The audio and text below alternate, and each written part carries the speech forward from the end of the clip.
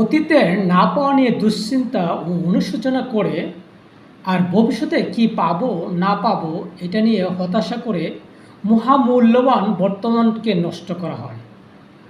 অতীত যেটা চলে গেছে সেটা দুনিয়ার কোনো মানুষ পরিবর্তন করতে পারবে না। আবার ভবিষ্যৎ সম্পর্কে কেউই নিশ্চিত করে বলতে পারবে না। বাকি থাকে বর্তমান। আমরা চাইলে বর্তমানকে কাজে লাগাতে পারি। এই বর্তমান বা এই মুহূর্তটা আমাদের নিয়ন্ত্রণে।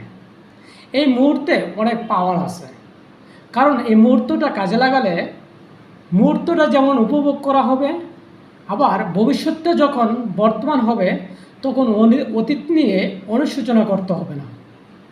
আমাদের একমাত্র ফোকাস করা উচিত বর্তমানের প্রতি, এই মুহূর্তের প্রতি।